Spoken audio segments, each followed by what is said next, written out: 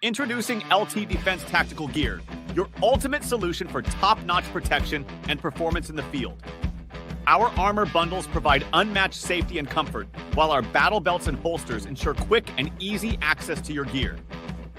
Stay prepared for any situation with our high-quality medical supplies, designed to keep you ready for action at all times. Looking to enhance your skills? Our firearms training programs will take your proficiency to the next level. Trust LT Defense for all your tactical gear needs and gear up for success on the battlefield. This entire military is one cohesive, dedicated force. And the threats to our nations, they don't sleep. They're watching our every move. Iran, Russia, China, North Korea, ISIS, Al-Qaeda. They may be watching this right now. Our military should not be mistaken for a cable news gab-fed show. We don't care what you look like. We don't care who you voted for, who you worship, what you worship, who you love. It doesn't matter if your dad left you millions when he died or if you knew who your father was. We have been honed into a machine of lethal moving parts that you would be wise to avoid if you know what's good for you. We will not be intimidated. We will not back down. We don't want war. But if you want war with the United States of America, there's one thing I can promise you, so help me God. Someone else will raise your sons and daughters.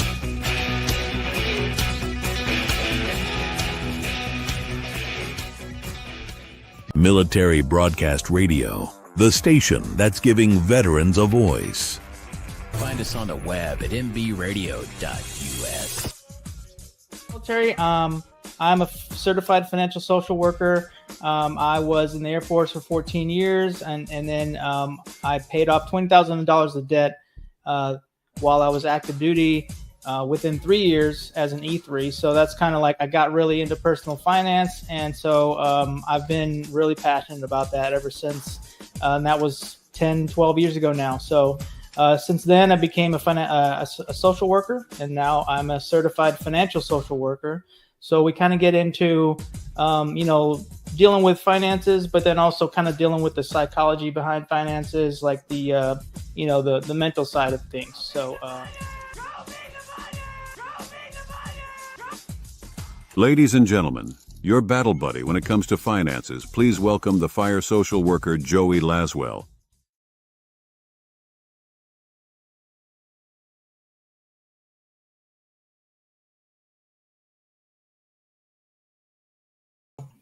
There we go. Sorry about that.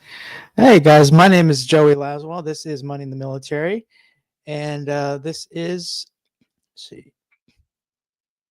Yeah, Michael. I see Michael's comment. So yeah, we're getting ready to introduce our guest. We're having a little bit of a weird glitch, but we're gonna have him on here in a little bit. I'm gonna introduce him, and hopefully that'll give us some time to kind of see how we can get this squared away. So, all right, so just bear with us, and then I will go ahead and introduce. I wrote this down so I don't forget, or so I don't mess it up. All right, so Michael Cragholm. Today I have the incredible honor of introducing someone who has not only been a force for good in my life, but also stands as a shining example of what it means to serve with integrity, lead with innovation, and inspire with humility. Michael Cragholm is a Marine Corps veteran turned entrepreneur, a man who has redefined what it means to transition from military service into civilian life. While we've known each other virtually for months, I have yet to shake his hand in person, but even through a screen, Michael's impact is undeniable. Michael's military career was nothing short of extraordinary. As a Marine, he exemplifies the values of discipline, courage, and adaptability, skills he's carried into his second act as a successful entrepreneur. His leadership in the Corps paved the way for missions that demanded precision, strength, and heart, qualities he continues to embody in everything he does. But what makes Michael truly exceptional is the way he's flipped the script on the traditional military to civilian transition. Instead of following a well-worn path, he's forged his own, proving that veterans can lead in any arena they choose. What I admire most about Michael is that isn't just his service to our country or his business acumen, it's the person that he is. He's a certified badass with a heart of gold. He's not just a mentor and a confidant to me. He's a cheerleader who pushes me to dream bigger and take risks. Michael is proof that the lessons learned in service, resilience, adaptability, and leadership don't stay on the battlefield. They can be applied to building businesses, fostering relationships, and inspiring others to pursue unconventional paths. So, to my audience, get ready to be inspired. Michael's journey from the Marine Corps to becoming a founder of Grapple.io is nothing short of remarkable. He is redefining what it means to be a leader, a veteran, and a force for change. Please join me in welcoming a brother in arms, a trusted friend, and one of the most impressive individuals I've had the privilege of knowing, Michael Cragholm. All right, brother. Thank you so much, my man. That was tremendous. Can you hear? Oh, yeah, we hear you, man. Awesome. Well, it's true. It's all true. I wanted to write it down because I didn't want to mess it up because I would totally butcher that. But that was really I appreciate that. Thank you, man. Supremely kind of you. Awesome. Well, so all right, you're here. We've been kind of going back and forth for a few months now. Sure have. Just excited to finally, get to have you on the show. And really, I just want to tell people a little bit about your story. I've seen some of your other interviews. You've been on a few podcasts, so I don't want you to have to retell the whole story, but maybe like a brief version of like your military experience and your transition, and then we can just kind of take it from there. I love it. Thank you very much, dude. Thank you for having me. I wanted to. This is my company, Grapple App. It's a really new shirt that my partner Aaron made. Oh, nice. He's tremendous at what he does. So I was excited to wear this on my first podcast, getting to wear some of this merch. Yeah, dude, I too have enjoyed getting to rap with you these past several months. It comes down to just like, if you want to get in these positions where you're chatting with people on a podcast, it really does. It comes down to developing relationships, right? Like, I mean, sometimes it's like, okay, get this guy in here and do that. But I'm really glad to be a guest on your show after having communicated with you like effectively for so long, man. So I appreciate it. You're very responsive and you're awfully kind, and you really reciprocate that energy, which I really appreciate. So thanks, absolutely, man. I'm just picking up what I'm putting down and I'm spitting it back. Okay. But yeah, so tell us a little bit about your military experience, and then maybe a little bit about how you transitioned. I know it wasn't a smooth process for you, and then we'll take it from there. Thanks, dude. I was in the Marine Corps for 20 years. I was an infantry officer, so I went in straight as an officer. I retired as a major, and I retired out of Camp Pendleton. I deployed 4 times to war, 1 time on UDP. So I went to Iraq twice, Afghanistan twice, and then I went on UDP, the unit deployment program, to Southeast Asia. And that was a great deployment, my only non-combat deployment. And then went back and forth to Africa several times when I was with 4th Marine Division. So I deployed with every Marine division. And when I say that, sometimes like some people are like, oh yeah, I would deploy with 1st, 2nd, and 3rd Marine Division. And it's like, oh, what about 4th Marine Division? You just forget about those 36,000 Marines, however many it is.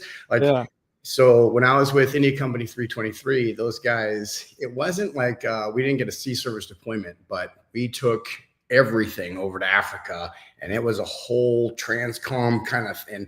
So that was 20 years in the grunts, had experienced wonderful leadership. I met Dave Perret, where it was a good common connection of ours. The military millionaire, love that man. He's actually in Orlando, and we were going to get together tonight, but it's just too much of a stretch. Yeah, he's about an hour and a half away, and it was just too much to work out. But too much, yeah. So I was his company commander when he was a recruit in the Marine Corps, and then our paths continued to cross throughout the military, and then we casually became friends. Joined the war room, and it just has been nothing but awesome. So that's kind of, 20 years in the Marine Corps, bunch of deployments, Then I got my jiu-jitsu black belt during that time. So that was one thing that was really pivotal for me is I had my wife, Rebecca, she's tremendous. I have 2 daughters. They're extraordinarily supportive here tonight. We're all just finished dinner.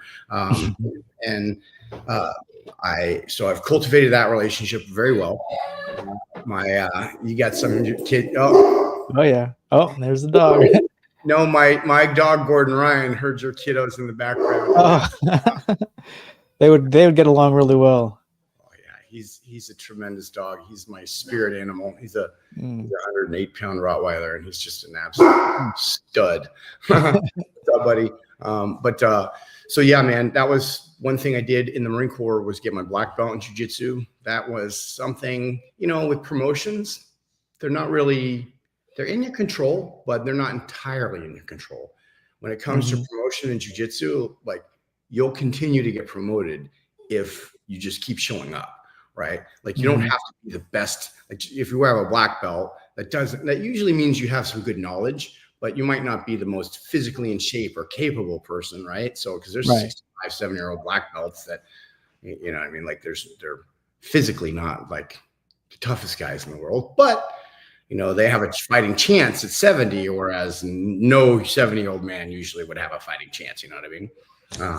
Right. So got the jiu-jitsu black belt, retired 20 years, moved to Florida, looked at some jobs, brother, in the Space Coast, because I'm here in Brevard County in central east coast of Florida.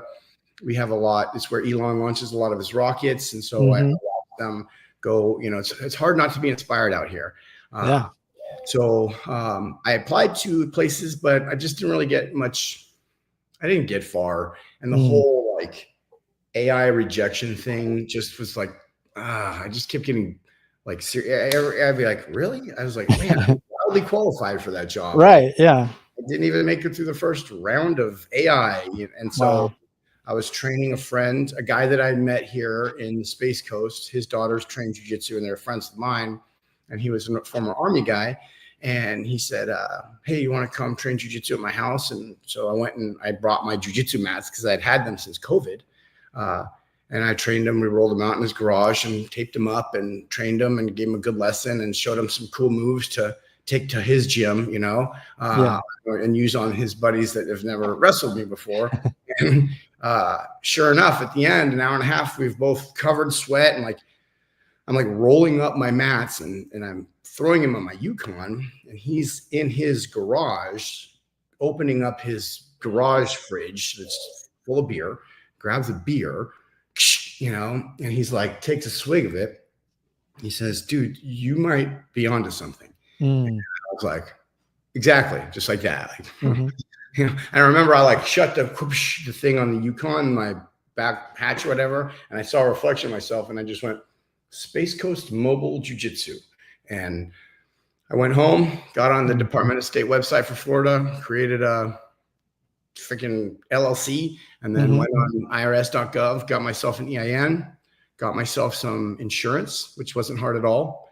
And then I threw up a couple reels on Instagram, tagged a couple of my influencer buddies, like Dave. And sure enough, it got a little bit of attention.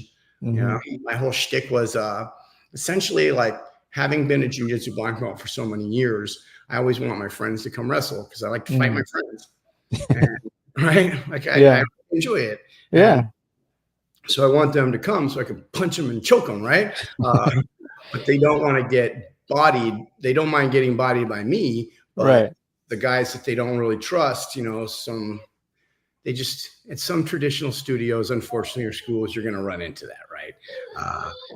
Well, not with mobile jiu-jitsu. So when people train with me, the deal is that they're going to get 60 minutes, 75 minutes of safe, effective, fun jiu-jitsu. And, it's not going to be anything. We're not going to bow at any pictures or people on the wall or do anything weird, right? Because I understand you're looking at some jiu-jitsu, and we'll get to that in a little bit. But you'll notice some schools are a little bit more lax. Some are not. Some are very traditional. Some aren't. Some have crews smoking marijuana outside, and some are like height. They slapping their and everything's in unison. I just unplugged my freaking. I'm sorry, man. I hope it's still. I can still hear you. Okay. Yeah, man. Ended up getting that and moving out here. It got to the point where about 20 people were employing me at one point about 6 months ago, because it had taken off. Like people were like, wow, you'll come to me. And I was like, yeah. So I started to break my body. Like I'm 178 pounds right now. I retired at 222 pounds. Ooh. Dang. Right? Yeah. It's a lot of wrestling. Yeah. You know? And so like, and I eat everything in sight. I know it's terrible. I even have to drink some, crap. Like I'm so that's a lot. And so my body made a very particular toll. In the back of my mind, I knew I wanted to do something with tech for a long time, because tech is infinitely scalable, right? It's also a blue ocean. You and I are both in communities that have a lot of people that have, there's a lot of red oceans out there, a lot of sharks, a lot of chum, and it's like, oh, it's a tough place to really make a splash, like you can get eaten alive in some places. And Marine Corps Officer Corps, that's what you do, is you get eaten alive if you don't perform, and or you can't perform and still get eaten alive, But essentially, that's what it was for the tech. Is it just got my attention, and that's when I just realized one day I was like, instead of like building up jiu-jitsu belts underneath me with Space Coast, why not create an app where I could solve a problem? Like when people go travel, they go to Google and they type in jiu-jitsu where they want to go, and then usually some query of gyms that doesn't really meet what they're looking for pops up. So our goal with what I created was Grapple App, is essentially a search engine and a search engine to, it's a progressive web app, and we're looking at dominating the web space. Keyword search for jiu-jitsu near me, open mat near me, BJJ near me. That second J is really important.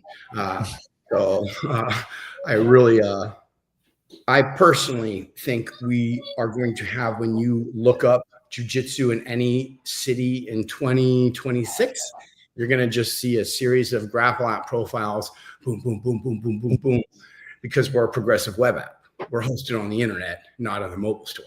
So my partner, Aaron, can SEO the hell out of our progressive web app, which is on your phone as on your mobile desktop. Service way cheaper. It's not cheap. I hate using that word, but it is cheaper. It's way expensive, and you're getting into that world yourself. So yeah, and so like that's one thing. Like honestly, Joey, you got to think to yourself, is Grapple App for you when it comes to your app, right? And we've been down this road. I think that you're onto something really, really good.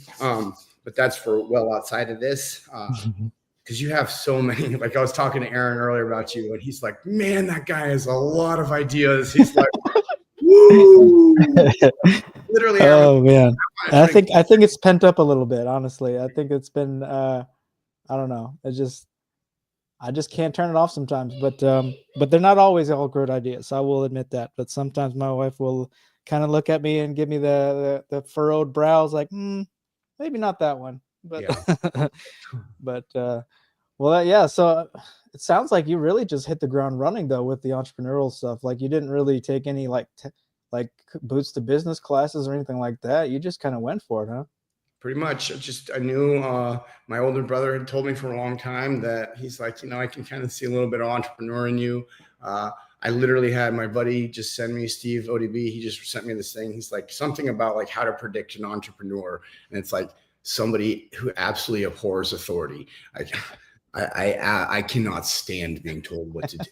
And I was in the Marine Corps for 20 years. Oh, wow. Especially by people that can't fight.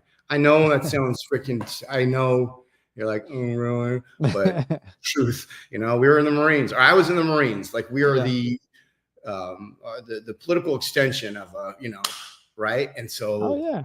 My dad was a Marine, or my dad's a retired Marine too. So I grew up with the Marine Corps, hoorah spirit. So I definitely I understand a little bit, and living on some Marine Corps bases and stuff. So I definitely have a soft spot for the Devil Dogs. So Appreciate that, hoorah, brother. you know, we're all on the same team, right? Except for Sure.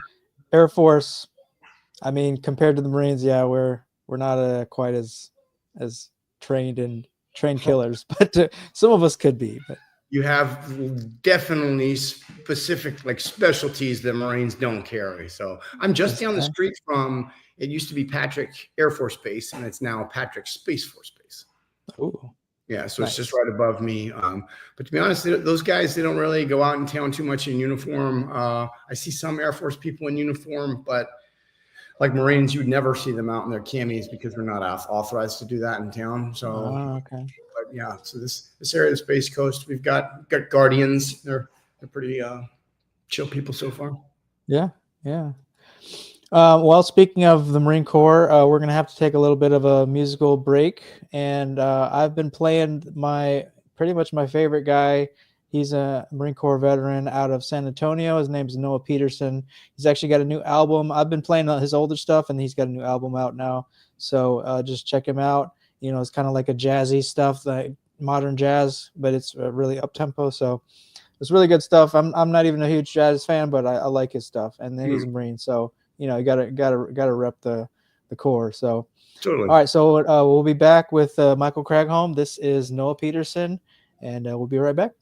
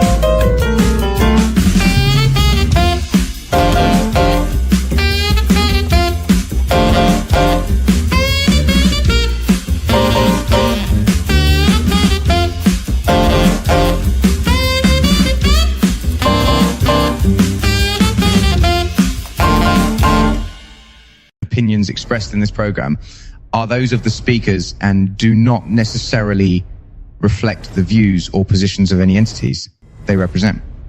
Find us on the web at mbradio.us. All right, we are back. This is Money in the Military. I am Joey Laswell, certified financial social worker. You may have seen me on the internets as the fire social worker. And for those of you who don't know, FIRE is for financial independence. So I'm a really big nerd on finance. So yeah, today, Military Broadcast Radio. This is a nonprofit based out of Denver. They basically teach veterans how to launch podcasts, and that's how I got to be here. Basically, was through this nonprofit. And we rely on donations. So I mean, if you guys are enjoying the content, there's like 40 shows now on the platform, so we're growing. But like I just always give props to NBR. We're giving veterans a voice, and the voice of the veteran that we're given to today, his voice is Michael Cragholm from Grapple Lab, black belt in Brazilian Jiu-Jitsu, and retired Marine officer. So we were, before the break, we were just kind of getting caught up on basically your transition story. But if you were to go back in time, I'm just curious, like, is there anything you would do differently, or would you do your, basically, if you were counseling somebody who's getting out of the air or the military now, would you do anything differently, or would you do it pretty much the same? With the knowledge that I have about entrepreneurialism and the transition, I would recommend, and I'm going to make sure that I capture this.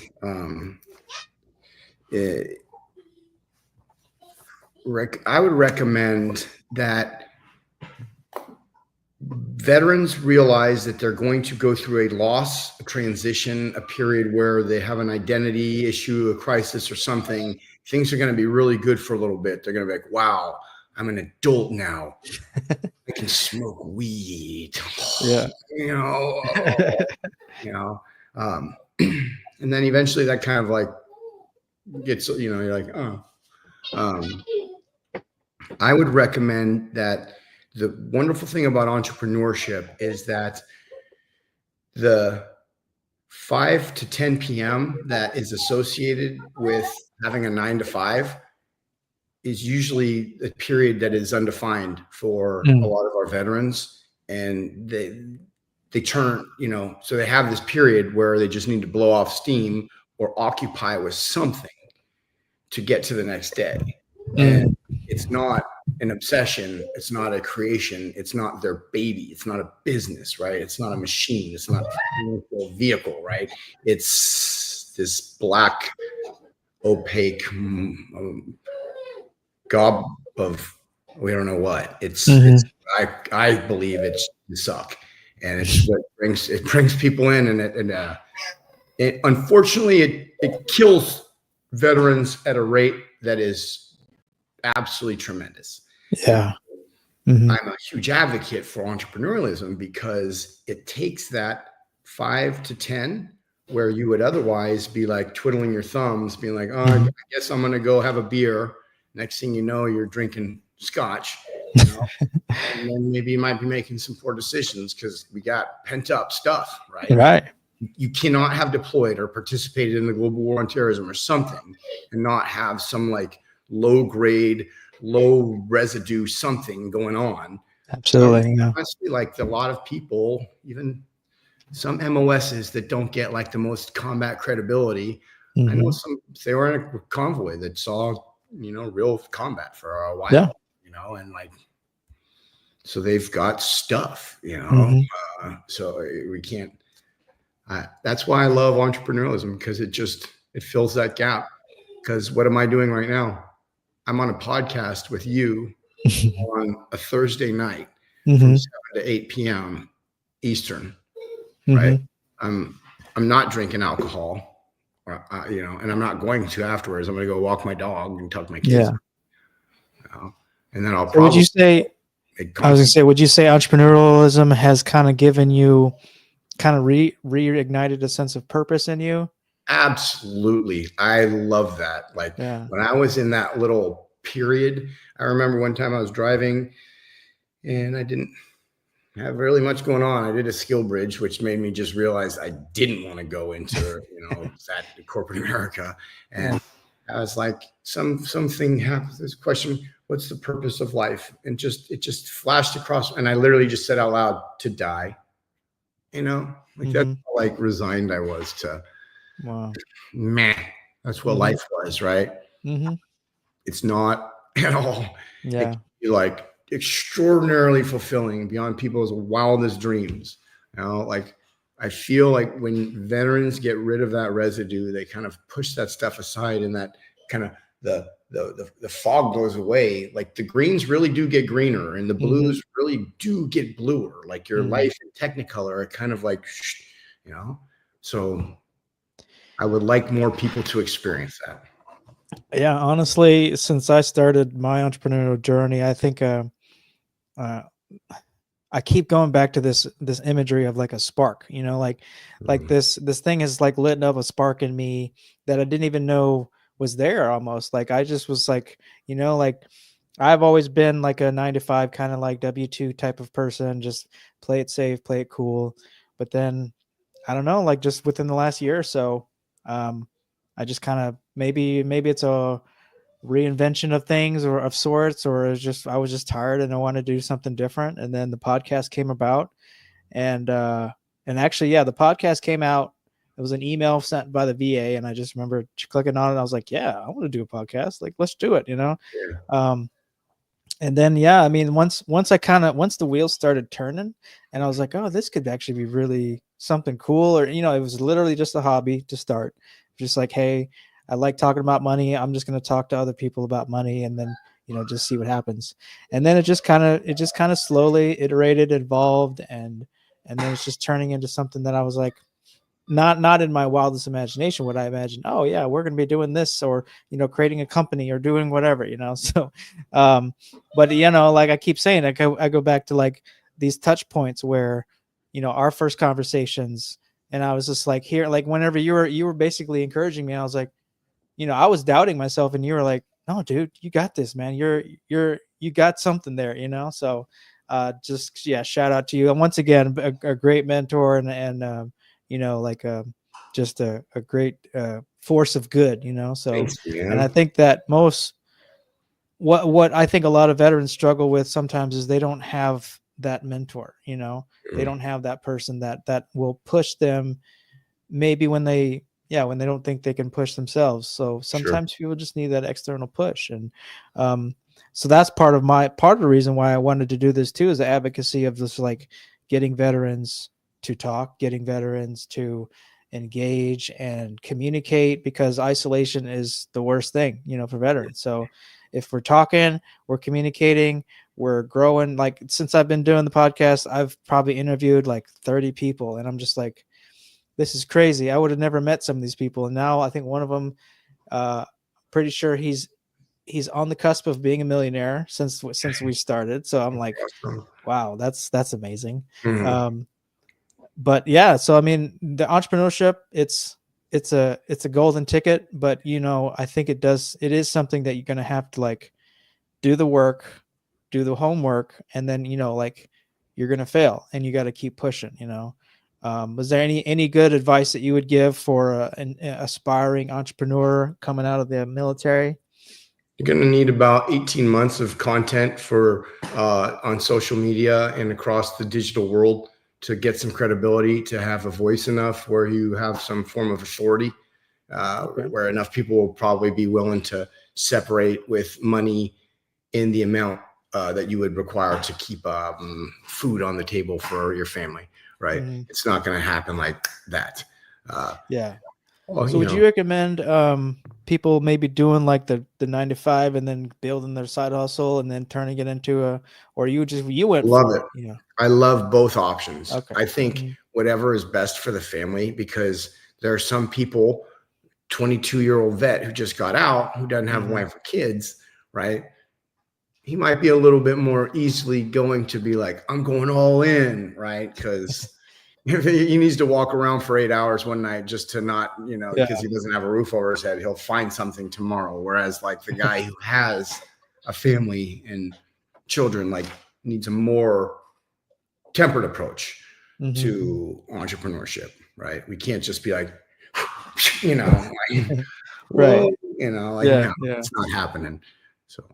Yeah, I think some people, and I've talked to some, you know, some veterans who are like, yeah, I want to do it, but you know, either I don't have the capital, or you know, it's just an idea, and you know, they don't have the business background to really, you know, it's an imposter syndrome. They don't feel like they can do it. But I mean, I would say 99% of most veterans have been through enough. They've been through plenty they can handle learning how to run a business and starting a business. It's just, it does take time, and it does take taking risks. And I guess not everyone is a natural risk taker, and I'm not. As like I said, I needed a little nudge from you and other people around me to kind of push me in that direction. But Well, yeah, I guess I just I really appreciate you know, the message of, you know, just go for it, and you know, like start messy. That's what I was told too. Start messy, and then, you know, things are gonna kind of happen over time. You get better. they kind of have to, right? And the thing is, it's like things will just go away if they, you know, people are afraid of being embarrassed on the internet, and it's like, dude, if it sucks, only like 5 people see it, and it's your sister and brother and mom who are going to make fun of you anyways, right? Yeah, So pretty much.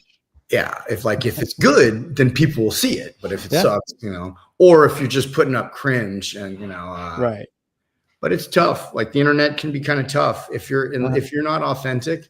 Oof, that's a rough one. Or if you try to be somebody that you're not, that's tough. So that's why it's people. Authenticity bleeds through a screen. It really does. And people will quickly sniff out your bullshit. You know, they'll be like, because if you're full of it, they're fun. Although my mom used to be like, Michael, there's a reason your eyes are brown, you know, because that's full of shit.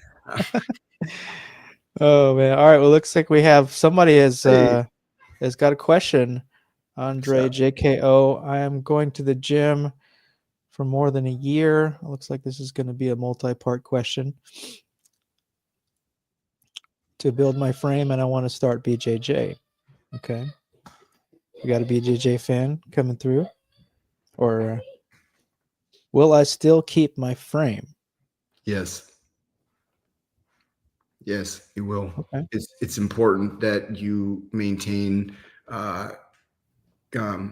strength training in your jiu-jitsu regimen, because you can be kind of soft and still train jiu-jitsu, because once you get really good at it, you can kind of, not like the McDojo thing where guys are sitting down and, you know, throwing people around with their wrist, you know, but like if you're good at jiu-jitsu, like there's a big difference, and you can get lazy if you don't really have a lot of training partners that'll push you. And that's where the gym comes in. So will you still keep your frame? If you mean by, if you're big and buff and you go to jiu-jitsu, are you going to keep your muscle? Yes, you can keep your muscle. I would just say, look at some supplements that are going to help you retain that muscle when you're in a much higher cardiovascular state, maybe increase your branched chain amino acids. And I think that would really help you out a lot. Okay. Good question. Keep them coming if you want to ask the maestro. Thanks, man. Yeah, appreciate that. I love that kind of stuff. Yeah. Fitness is my life, man.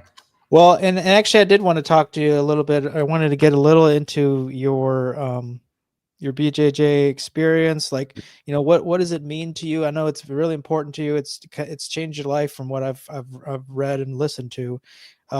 How important is BJJ to you? And you know, like if you were to be a salesman for BJJ, what would your big sales pitch be? Grapple Lab's mission, our purpose is to cure the world of loneliness one choke at a time. When you train jiu-jitsu, like you need a partner, right? I mean, you can do it with a doll, but it's an exchange with another human being where everything else disappears. Because now when you slap hands and fist bump with somebody, like that's like the universal, like, I legally authorize you to choke me unconscious now. Yeah. It's weird, right? Yeah. And so it's kind of one of those funky things. But once you engage, like the report that your boss told you sucked doesn't exist anymore. That nothing fight that you had with your spouse earlier that morning before you left for work doesn't exist anymore, right? Your kids' D's don't exist, right? Like just you and your breath and your carotid artery and your joints and the other person's will to separate that blood from going to your brain or bend you in a place that you're not supposed to bend or direction. Right. That's it. Yeah. It's like surfing. That's why surfing and jiu-jitsu, surfers and jiu-jitsu get so together, right? Because when the Gracies came from Brazil, they were all big time surfers anyways, went to Torrance, Southern California, makes sense, lots of waves, right?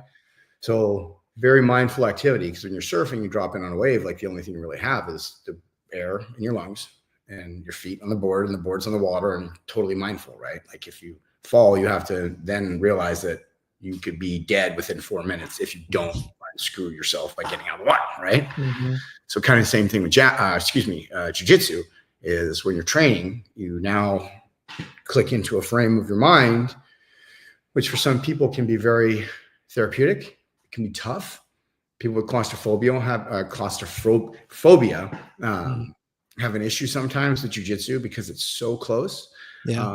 And that, once again, kind of when you're engaging with people at that level, you're sharing, I mean, hormones really, like you're building to oxytocin, right? All that stuff is happening. And that's why people, when they leave like surfing or when they leave jiu-jitsu, they feel like loving, they feel stoned, right? They feel like good, it's because they've had that genuine human connection on a level that you're not going to get literally anywhere else in the world. You're not going to go to a Taekwondo academy and get that, because you're punching and kicking, and you can't punch and kick each other in the face every day, but you can grapple every day. You can wrestle because it's honorable to do this, right? Yeah. No issues, man. Cool. Tap, reset. You got me. Yeah. So egos play a little bit, but you get past that over time, or you get injured. And then your ego really takes an injury. Oh, yeah. So that's kind of what it is to me. It's like that dude in that Apple show with oh my God, it's a very famous soccer show at something Apple. Oh, Ted Lasso. Ted Lasso. It's that the Honduran or Nicaraguan guy who's like, life. Jiu-jitsu is life. People really believe that, like it saves people from dark places because they otherwise, like jiu-jitsu is a place where you cannot have money and go in and say, hey, I'm kind of in a bad place. And sometimes people will sponsor you, or the sensei will be like, all right, clean up after class, make sure you do good. If you're here every day and you can get a free membership, that kind of stuff, Yeah. So it's the community in jiu-jitsu that really, because even here in Space Coast Mobile, because I created mobile jiu-jitsu, and I was kind of concerned about like how other dojos would receive me. Yeah. Right?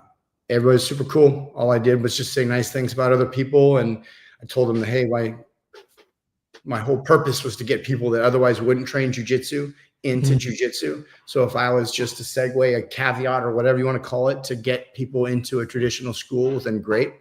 And once kind of tweaked the lens a little bit, people were like, oh, he actually can be of value. And I have been. I know many schools in the Space Coast who have benefited from me recommending their school outright, or people coming to me and training with me, and then me saying, hey, you really want this kind of stuff. Go off, gentle bird, whatever. You know what I mean? Oh, man. That's awesome. And actually, we hinted at this earlier, but yeah, like been hanging out with you and talking to you and seeing your videos. So a little bit about me is that I actually did do some martial arts when I was younger. Surprise, surprise, being an Asian kid. I mean, it was kind of like expected of me, but so I did some Tang Sudo when I was really, really young. I did a little bit of semester in college of like a form of karate. And then I actually did like 2 or 3 years of judo when I was in my mid-20s.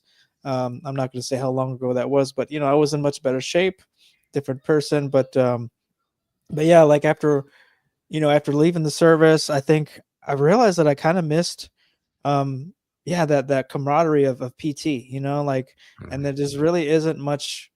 I enjoyed PT. I love PT. And I think I've been missing that a little bit. And so hearing you talk about this community and, like obviously I need the exercise too. So, I was just like, man, I got to do it, and if anyone is going to like lead me in the right direction, it's going to be you. So, I just wanted to, jump in and just say, let's go for it, and then I might do like once a week. I know I'm going to be sore for like that first week, but I'm I know because when I did do judo, we did do some grappling, and Mhm. and man, that ground stuff, that's a workout, and Oh, yeah. that's the kind of workout I need. So thank you once again for inspiring me to do something better, more pushing myself more than I probably would myself. Um, so yeah, once that gets going, um, Take I'm video. just ready. I'm I ready. want to see video of you training some jujitsu too. And then if you ever come out my way, bro, we'll get some rolls Oh in. yeah, yeah, you'll It's destroy me in a good way. In a good way. the point of that, of me training people, is not doing that, right? So Right. like I really, exactly, in a good way. And Yeah. it's how I train people, is that uh, it's 60 minutes. It's good. I call it intuitive training. And so like a lot of guys know how to wrestle. And so what I do is I just say, all right, let's go. And I feel them out. And then if they do something that's like genuinely technically wrong, like Mhm. you'll get body slammed if you do that, then I show, nope, get underhook here. Don't do the overhook, or you need this here, or your head has to be on the other side so you don't get kneed, or, you know what I mean? That kind of stuff. And so, but I really, I teach a lot of, I found that there's an audience that wants to learn Muay Thai.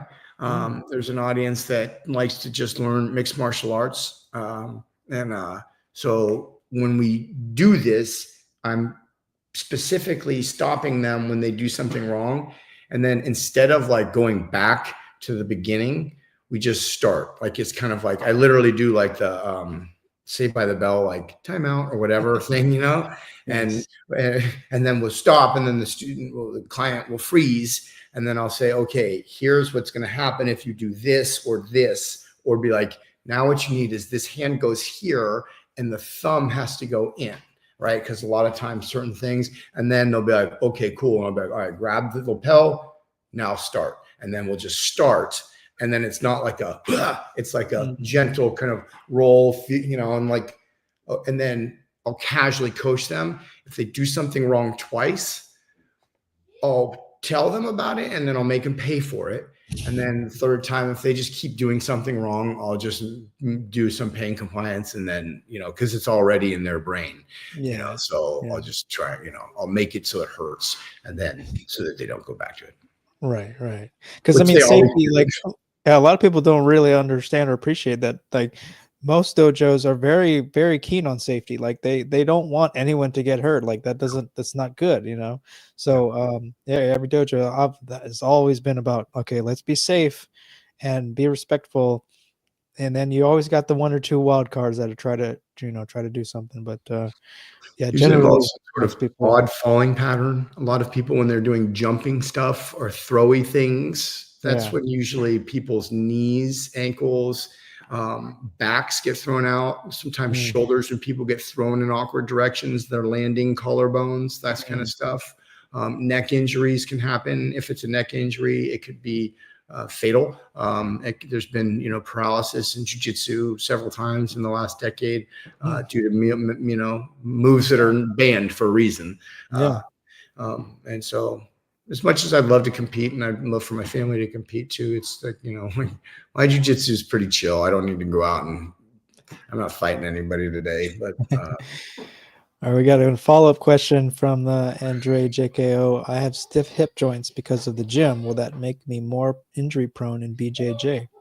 not if you make a very concerted effort to warm up. I would use a SoRite, and it's a PSO-RITE.com. It's a little device, and it looks like a sine wave, I think. And it goes in it, you lay on it, and it goes into your psoas, and it really releases a lot of the hip pain, lower back pain, a lot of joint pain in that area.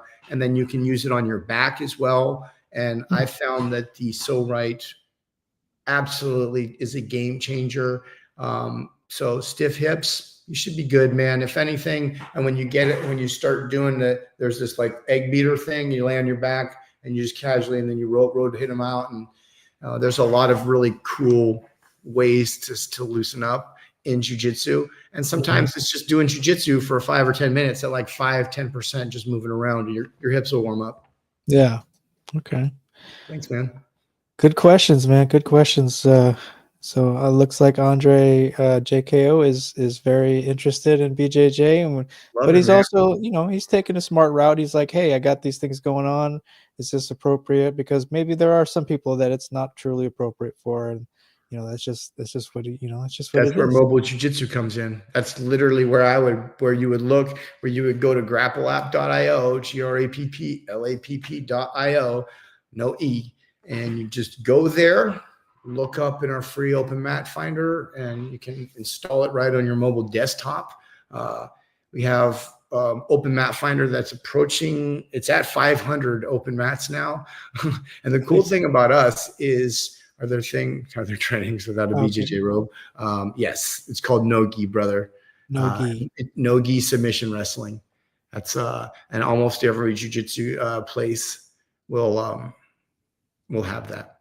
Okay. So It sounds like he's gonna have to jump on a call with you just to ask some more questions. But thank you, Andre JKO. And if you have any other questions, just we got about 9 minutes left, or before the top of the hour. But man, we've covered. Honestly, I have questions.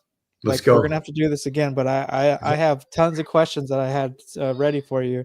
But I knew that your story, like, it was going to take some time to really tell your story, and just, but all right, let's see. I just want to ask at least one or two questions. Please do. And some of these might be, a little introspective, but I like those types of questions. All right. So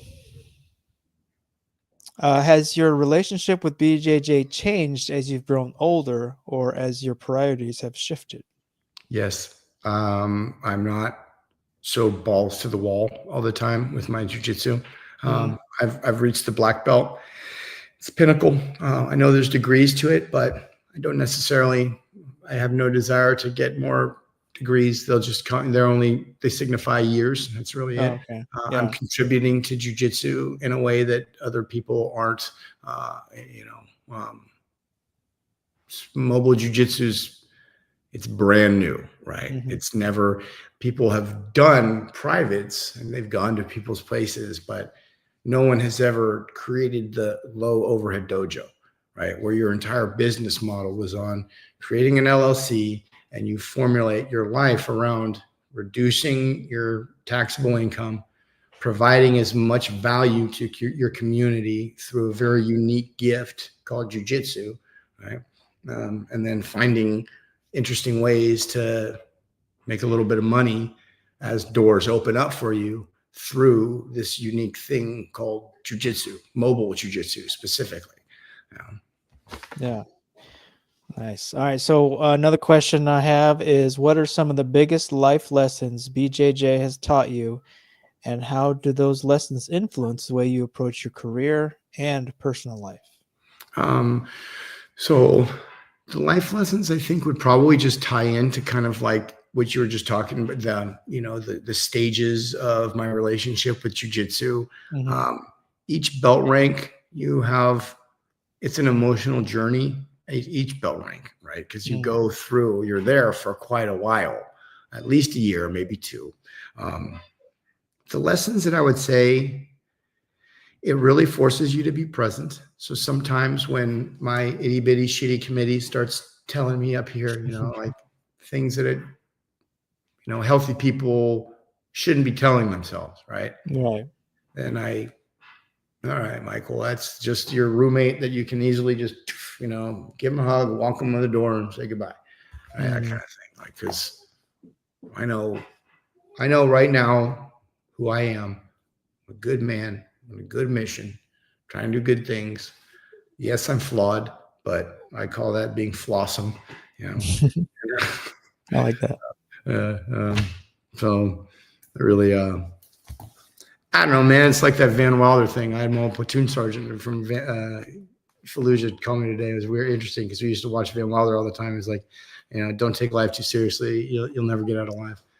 So honestly, like that is truly You unpack that after 20 years. Mhm. And you're like, shit. And you heard that. You don't realize 20 years later, like there's a lot in there.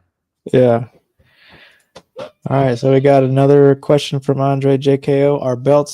Are different belts difficult to get? Well, you kind of already talked about that a little bit, but which was the hardest belt for you? I mean, I would assume black belt, but probably not, huh? I was a purple belt for 6 years, and that's just largely because one of the most transformative periods for me when I needed to kind of get rid of some of that residual stress that I had from combat was when I was a purple belt. And so I didn't focus entirely on jiu-jitsu during that time. So that would be a period that I took a little bit of time, maybe like I wasn't the best student of jiu-jitsu at the time. I was training, but I wasn't really learning. And I don't know, I wasn't really there, very present. Yeah, you know? going through the motions.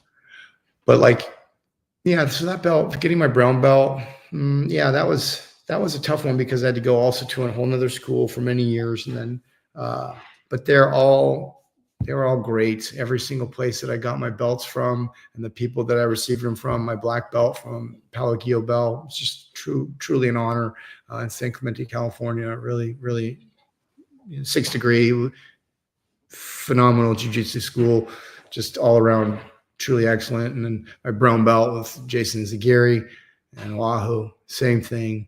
Just the tops. He's when it comes to being a human, you just love this guy. Just, you know, and you're forced to because you spend so much time hugging each other, right? Right. Yeah. All right. Well, we're kind of getting close to time, but I just wanted to give you a few minutes just to, like, how can people get in touch with you if they want to do their own mobile dojo stuff? Like, just go to grapplelab.io. grapplelab.io, or you can go to Instagram and find me at Space Coast Mobile Jiu-Jitsu, where the dojo comes to you, or you can go to grapplelab.io. It's on Instagram. 321-477-4504 is my phone number. You can contact me directly on this thing. That's my daughter. I've never shown the kid's face, but actually, and you can contact me and I will pick up the phone and I will talk to you if you are interested in jiu-jitsu or if you're interested in scheduling private jiu-jitsu for yourself in the Space Coast area. 2, if you're interested in becoming a mobile jiu-jitsu instructor anywhere in the United States or the United Kingdom or Brazil, right? This is like where we're expanding. Seriously, brother, we're doing Mobile Jiu-Jitsu Con in Austin, hopefully March 28th to the 31st. And we're going to be at Main Character Combat where our UK sales rep, Ed Smith of 10th Planet, is going to be fighting. Hopefully, we know Nathan will be there, but we're looking at have everybody converge in Austin. And it'll be our 1 year for Grapple Lab 2. And it's just going to be a tremendous opportunity to kind of, have a lot of cool stuff happen. So, yeah, that's easily the best way. Contact me, however, or you can find me on Facebook. It's Michael Cragholm. I'm very, very much available, dude. I would say every time you've tried to reach out to me, pretty easy to get in touch with, right? Oh yeah, very responsive. Like almost like suspiciously responsive. Like, was he expecting my call? Like, what's going on here? I've developed a really cool, unique way of not being in love and this thing is super important, but like it died on me today and it wasn't the end of the world. I wasn't yeah. It was just okay, things are happening. And that's my team. My team is amazing. That's what I would like to say. My two partners. I've enjoyed it so far and everyone has been amazing. So big things are coming for you and hopefully me too. So stay tuned. We're going to have some cool things happening. And that's pretty much the show for today. But I want to thank you once again, Michael, for taking time out of your schedule and for your service to this country and your continued service to your community. So thank you. And we'll catch you guys on the next stream. Ladies and gentlemen, thank you for tuning in to Military Broadcast Radio. As we wrap up today's show, we want to remind you that the podcast of today's episode will be available right after we go off the air. So if you missed any part of the show or want to listen again, Be sure to check it out. And remember, we're here to support and honor our veterans. Your stories and experiences matter, and we are committed to giving you a platform to share them. That's right. We're here to give our veterans a voice. So don't forget to catch the podcast and stay connected with us. Giving our veterans a voice.